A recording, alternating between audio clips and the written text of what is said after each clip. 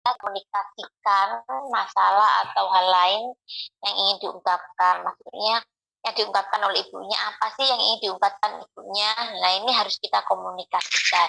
Nah, di situ kita perannya bukan sebagai teman tetapi sebagai teman ya. Supaya apa? Supaya ibunya mau mengungkapkan ya. Terus bicarakan rasa cemas yang dialami, ditanyakan kenapa kok ibunya mengalami kecemasan, kok sedih dan lain sebagainya ya. Terus bersikap terus ikhlas dalam menerima aktivitas dan peran baru setelah melahirkan ya. Terus cara mengatasi postpartum blues ya kita harus terus ikhlas dan menerima peran serta aktivitas setelah melahirkan. Kalau dulu dia hanya seorang istri, sekarang dia harus menjadi istri dan seorang ibu. Peran barunya sudah berubah, bertambah lagi ya. Terus bersifat fleksibel, jadi lentur, tidak monoton itu aja, tetapi mengikuti ya, dan tidak terlalu perfeksionis dalam mengurus bayi atau rumah tangga. Jadi untuk mengatasi postpartum blues ya tadi ya fleksibel, sikapnya fleksibel ya. Kalau bisa dikerjakan ya udah kerjakan, nggak bisa ya nggak harus dipaksa, harus selesai ya seperti itu ya. Terus selain itu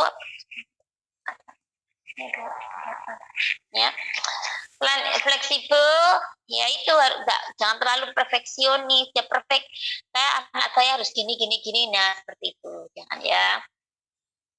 Oke, kok gelap ya.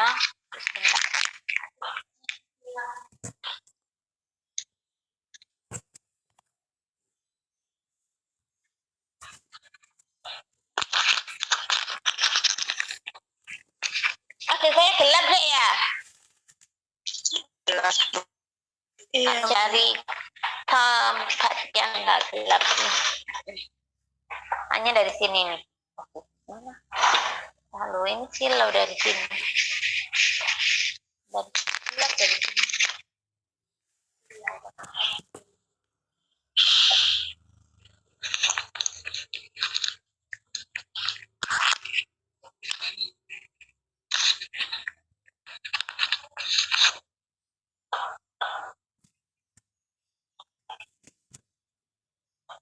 Kayaknya enggak ini. Saya pindah ke sini. Ya. Jadi yang selanjutnya yaitu mana tadi persia jangan terlalu perfeksionis ya. Terus belajar tenang dengan menarik nafas panjang dan meditasi. Jadi nggak ada masalah, harus belajar tenang ya. Kalau memang caranya bagaimana? Yo caranya tarik nafas ya. Kalau marah ditahan, tenang ya. Terus kebutuhan istirahat harus cukup, tidurlah ketika bayi tidur.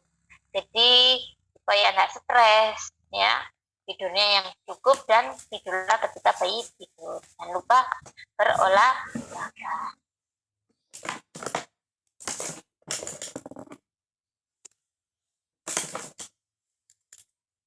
Terus bergabung dengan kelompok ibu-ibu baru ya, dukungan tenaga kesehatan penting ya.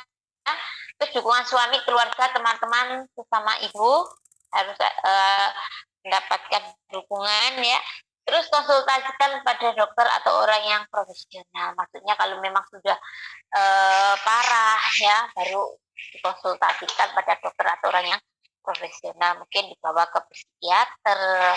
Nah, itu kalau sudah parah. Terus selanjutnya ya di sini selain postpartum blues juga ada yang namanya Enigruk postnatal depression skill ya atau EPDS. Nah, ini merupakan kuesioner dengan validitas yang teruji ya, yang dapat mengukur intensitas perubahan suasana depresi selama 7 hari postpartum ya. Nanti bisa menggunakan skala kecemasan. Nah ya, ada ya skala kecemasan untuk mengetahui ibunya ini cemas enggak, depresi enggak. Nah seperti itu. Terus untuk mengurangi resiko terjadinya depresi postpartum, yang pertama persiapan diri yang lebih baik. Ya, ya, persiapan diri yang lebih baik.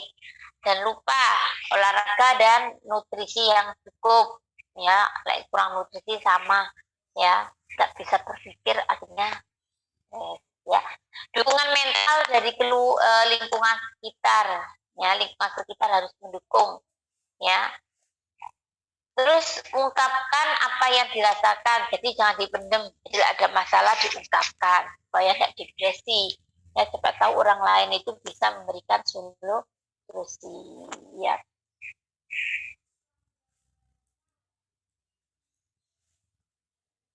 Terus mencari informasi tentang depresi postpartum, ya.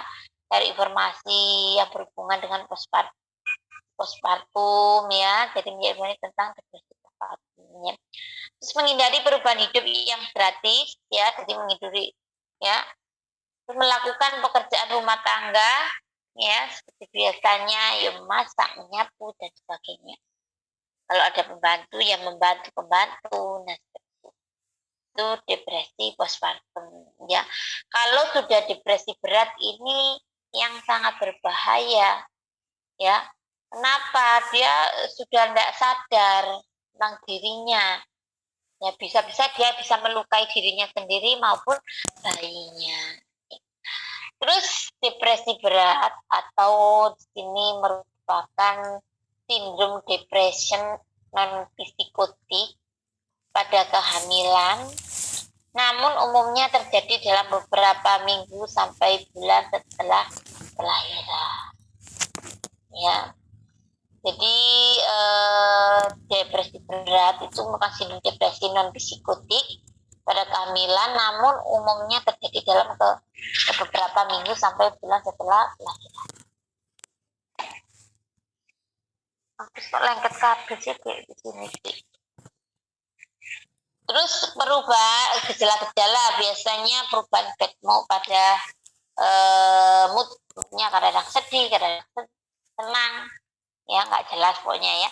Gangguan pola tidur dan pola makan, biasanya orang yang depresi berat ini nggak bisa tidur, nafsu makan tidak ada, jadi dia nggak akan lupa akan makan, lupa akan tidur, sehingga dia akan kenapa Pak? Mau dipakai? Mau bawa kemana? Bang, internetnya di mana? Di mana? Bang, satu.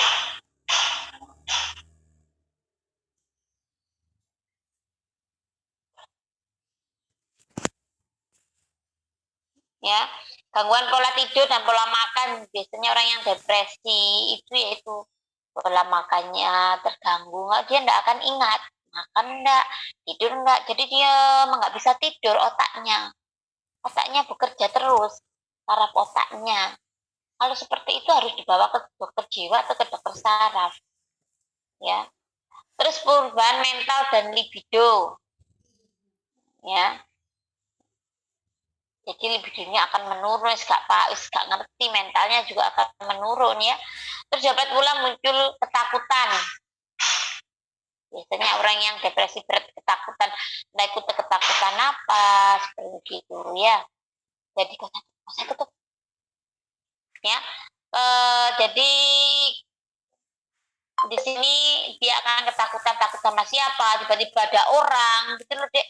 Seperti, ya, mohon maaf ya, seperti orang gila gitu loh, Dek. Nah, seperti itu. Terus ketakutan akan menyakiti dirinya sendiri dan bayinya. Nah, seperti itu. Terus penata laksanaan, ya. Di sini dukungan keluarga dan lingkungan sekitar, ya.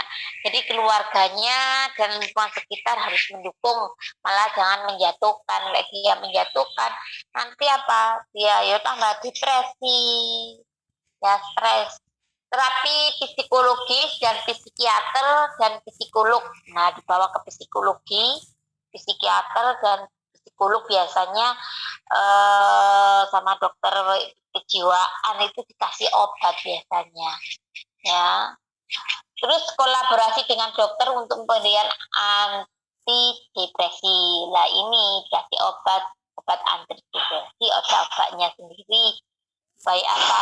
Supaya sarafnya ini kembali normal, ya. Nah, terus pasien dengan percobaan bunuh diri, ya, ini sebaiknya tidak ditinggalkan sendiri di rumah, ya. Jadi nggak boleh, dia ingin pasiennya ini depresi berat ingin bunuh diri, ini gantung diri, tidak boleh ditinggalkan, bisa-bisa dia bunuh diri beneran nanti, ya. Terus jika diperlukan lakukan perawatan di rumah sakit, ya. Biasanya dirawat di rumah sakit tuh, ya. Kalau depresi berat, ya, kakinya diikat, tangannya diikat, biasanya langsung dikasih pemberian secara IV, obat suntik terus, ya. Tidak dianjurkan untuk roaming in dengan bayinya, jadi tidak dianjurkan untuk rawat gabung dengan bayinya, sangat berbahaya, nanti bayinya bisa dibunuh, ya. Terus psikosis postpartum, ya. Psikosis postpartum, gejala muncul, ya, gejala muncul dari beberapa hari setelah postpartum sampai 4 sampai 6, ya, 6 minggu postpartum, ya. Jadi psikosis postpartum itu biasanya gejalanya itu akan muncul beberapa hari setelah postpartum sampai 4 sampai 6 minggu postpartum. Biasanya faktor pemicunya yaitu karena mungkin ada riwayat keluarga atau dia menderita kelainan psikiatris, ya. Maksudnya adanya riwayat keluarga itu, ya, ada masalah, ya. Riwayat penyakit dahulu, maksudnya dia pernah menderita sakit mental, ya, menderita penyakit psikiatrik, ya.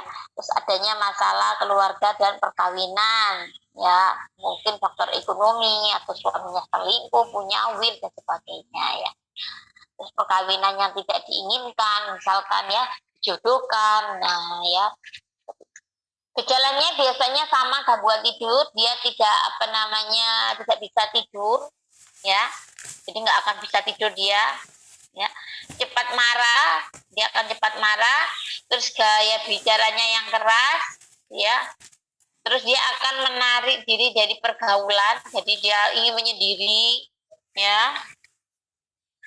Terus di sini pemberian penata laksananya biasanya diberikan antidepresi atau litium, ya.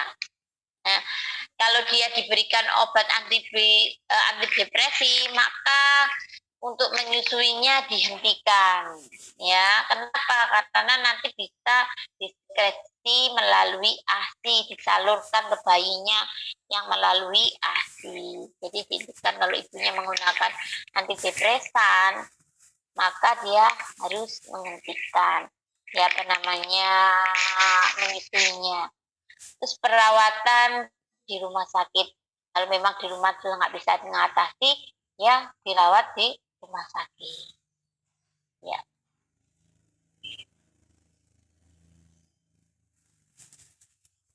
Dari sini ada yang tanyakan?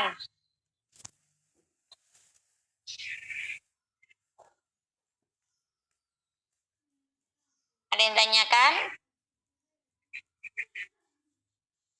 Nggak ada, lanjut, ya. Iya, lanjut, Ibu.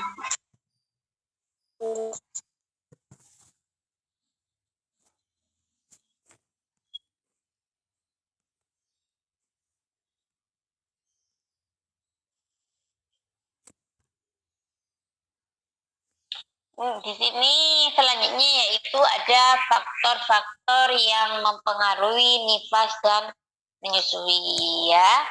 Yang pertama ada faktor fisik, ya. Di sini, ya.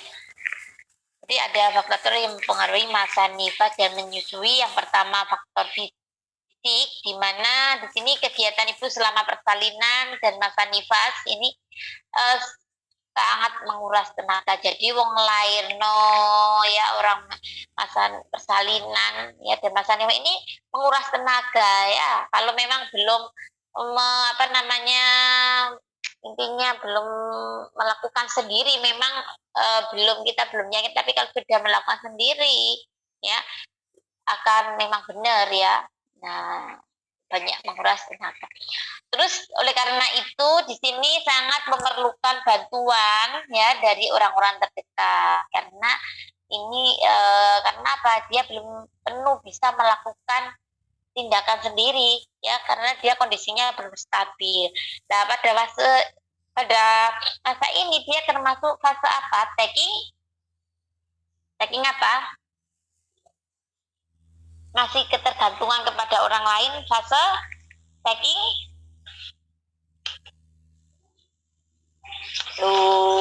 Pak, taking in apa taking hold atau ayo apa?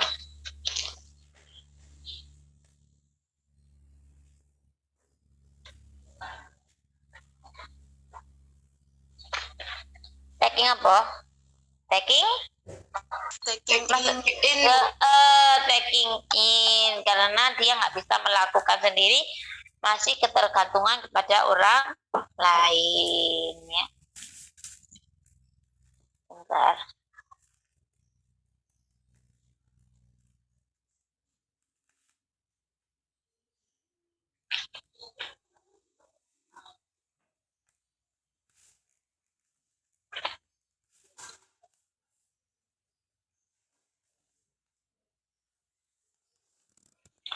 Ya, yang kedua yaitu psikologis. Nah, ya, saya tulis psikologis. Nah, di sini ketika perhatiannya keluarga berkurang kepada ibunya, ya, terus suami juga perhatiannya berkurang, dia lebih tertuju pada bayi baru lahir, ya. Padahal setelah melahirkan itu, ya, ibu itu sudah lelah, sakit, ya. Nah, di sini dia membutuhkan perhatian. Ketika keluarga dan suami perhatiannya berkurang, tertuju pada bayinya, di sini bisa terjadi atau memicu baby blues atau postpartum blues. Ya, dia merasa aku kok nggak diperhatikan, aku melakukan ini sakit semua disuruh sendiri. Nah, ya, mau mandi, ya, ambil masak air hangat sendiri, mau makan masih masak dulu. Nah, seperti itu. Nah, sehingga akan memicu baby blues, ya. Nah, terus selain psikologis yaitu ada ya lingkungan, ya. Nah, lingkungan ini juga sangat berpengaruh ya dalam masa nifas. Kenapa? Ya, karena ini dapat membentuk adanya kebiasaan yang merugikan kesehatan atau bahkan baik untuk kesehatannya. Kenapa? Karena pengetahuan lingkungan ini nanti dipengaruhi oleh pengetahuan dan pemahaman diri dari setiap ibu dan juga keluarga ya.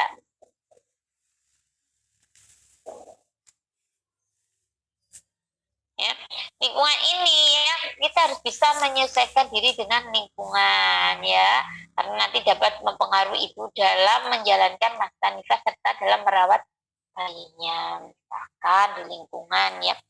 Oh, bayinya ya harus dikasih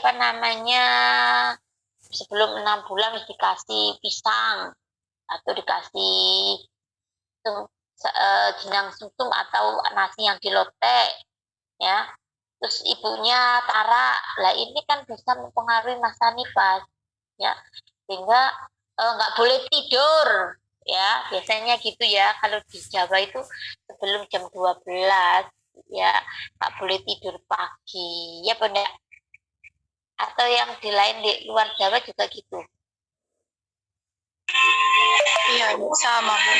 Sama. Kira-kira kenapa kok nggak boleh tidur? Padahal kalau di teori ketika bayi tidur, ibunya diperbolehkan tidur ya. Padahal bayi itu tidurnya itu setelah mandi, minum susu, tidur kan pagi ya jam 9, jam 10 itu tidur ya. Jam-jam segitu itu kita nggak boleh tidur ya, enggak? Kira-kira kenapa di tempat Anda itu kok nggak boleh tidur? Ada alasannya?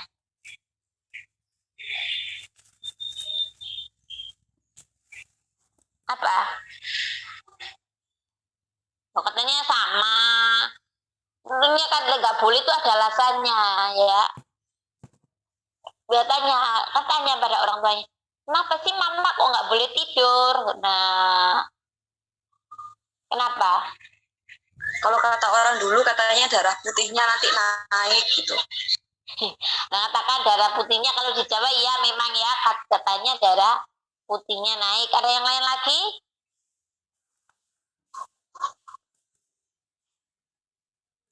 Ya sebenarnya ya bukan darah putih ya. Karena pada jam 8 sampai jam 10 ini nyamuk apa yang dia bertebangan di sini?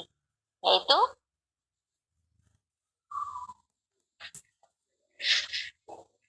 ayo yang pagi hari.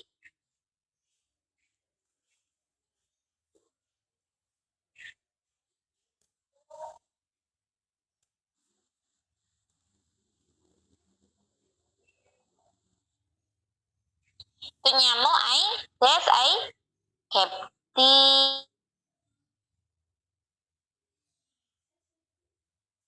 apa namanya jam-jam segitu dia mulai apa namanya berkeliaran sehingga kalau di apa namanya di isep ya hingga kita nggak tahu ya akhirnya sakitlah demam dan sebagainya nah seperti itu ya makanya ya nggak boleh tidur ya kalau alasan orang dahulu darah putihnya meningkat takutnya itu memang loh ada nyamuk demam berdarah yaitu nyamuk Aedes aegypti ya dari aksen ini kelas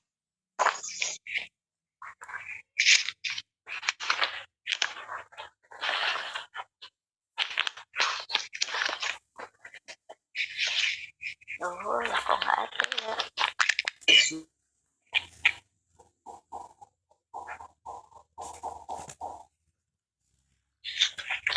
saya absen dulu sebelum habis waktunya.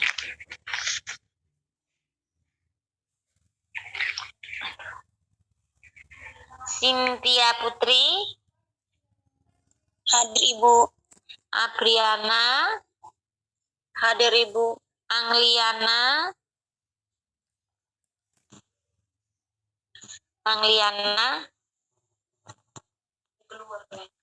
Angelina Putri, Hadir Ibu. Apliana Lede, Hadir Bu. Atripodu, Hadir Bu. Kristiani, Hadir Bu. Cynthia Dewi, Hadir Bu. Dea Fatu, Hadir Bu. Desiani, Hadir Bu. Desna, Hadir Ibu. Else, Hadir Bu. Penelia Bola, Hadir Bu.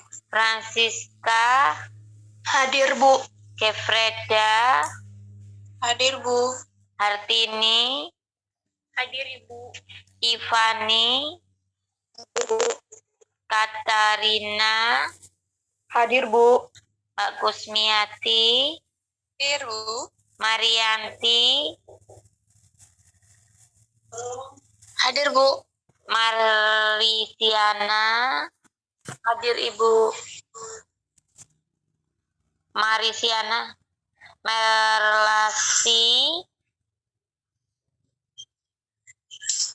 Malasti, Hadir Bu. Marcelina, Hadir Bu. Menas, Hadir Bu. Marlin Podu, Hadir Bu. Murni, Hadir Bu. Neolivina, Hadir. Petronelalin, Hadir Ibu. Tesinta, Hadir Ibu. Tia Dita, Hadir, Bu. Rosalina, Hadir, Bu. Stefania, Hadir, Bu. Yesi, Hadir, Bu. Yunita, Hadir, Bu. Febriani, Hadir, Bu. Anggrilika, Hadir, Bu. Priska, Hadir, Bu. Daria. Hadir, Ibu. Oke ya, lanjut sampai mana tadi ini ya. Jadi lingkungan ini sangat berpengaruh ya. Selain lingkungan juga ada sosial ya. Di sini Ibu Nifas yang pertama kali melahirkan di sini mempunyai kebutuhan yang berbeda ya dibanding dengan Ibu Nifas yang telah melahirkan sebelumnya. Ya.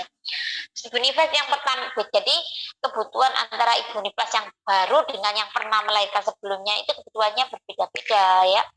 Terus Ibu Nifas yang pertama kali melahirkan di sini kebutuhannya lebih banyak dukungan dan tindakan lanjut terhadap perannya sebagai orang tua ya. Tentunya kalau dulu pernah melahirkan dia sudah punya pengalaman ya.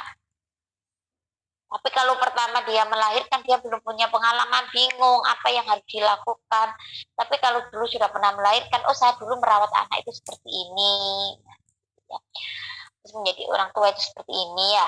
Terus termasuk sumber dukungan dari lingkungan, pengalaman juga merupakan bagian dari faktor sosial. Tadi ya. Jadi pengalaman juga merupakan faktor bagian dari faktor sosial. Jadi pengalaman sangat penting ya. Makanya yang pertama kali melahirkan kalau belum punya pengalaman tanya yang sudah pernah anak yang sudah berpengalaman ya. Itu kalau yang baik ya diambil, kalau yang kurang baik tidak diambil. Misalkan kalau nggak boleh makan ini, nggak boleh makan ini ya, nggak boleh makan telur nanti amis, nggak boleh makan daging biar amis, jangan ya. Ya kamu belum iya aja tapi yo jangan dilakukan ya itu. Terus budaya, adat, istiadat yang dianut oleh lingkungan dan keluarga ya. Ini ya sedikit banyak akan mempengaruhi keberhasilan dalam melewati saat transisi peralihan ya. Apalagi jika ya ada hal yang tidak sesuai atau tidak sinkron antara arahan dari tenaga kesehatan dengan budaya yang dianut ya. Di antaranya budaya maupun adat istiadat dalam masyarakat yang menguntungkan ataupun yang merugikan ya. Misalkan arahannya tadi ya, bayinya nanti jangan tali pusatnya jangan dikasih apa-apa, cuma dikasih kasar saja ya. Di rumah dikasih apa namanya kunyit, dikasih apa namanya daun apa sih ya buat nginang itu, dan sirih nah, seperti itu kan sangat apa namanya tidak dengan yang apa yang diingin yang diarahkan budaya dan yang diarahkan tenaga kesehatan. Sama tenaga kesehatan suruh makan yang banyak mengandung gizi, makan telur semuanya asalkan nggak alergi. Tapi di masyarakat nggak boleh makan ini, nggak boleh makan itu, biasanya seperti itu. Ya disuruh makan keringan, nggak boleh makan yang apa. Biasanya suruh makan yang keringan seperti itu, masih ada ya.